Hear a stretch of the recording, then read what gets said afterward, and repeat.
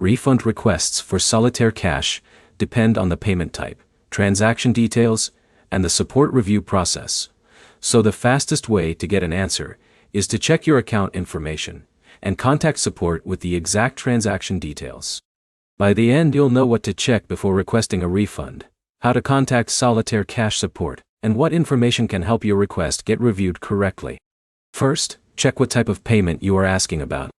A cash entry payment, an in-app purchase, or another transaction may have different handling depending on how the payment was made.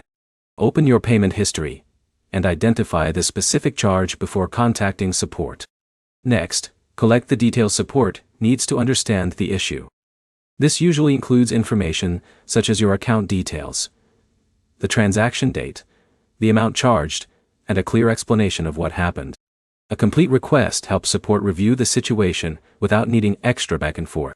The next step is contacting Solitaire Cash support through the available support options inside the app or the official help channels. Explain the problem clearly and include the transaction information you already collected.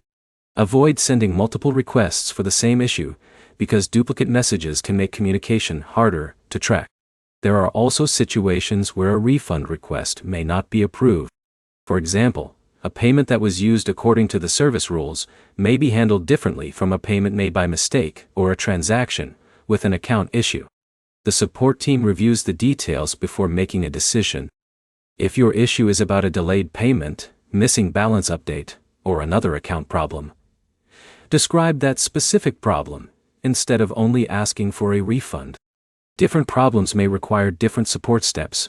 Before submitting a request, check your payment record, write down what happened, and provide accurate information. That gives support the clearest possible picture of your situation. To summarize, first identify the exact transaction, second provide complete details when contacting support, and third explain the specific issue instead of using a general refund request.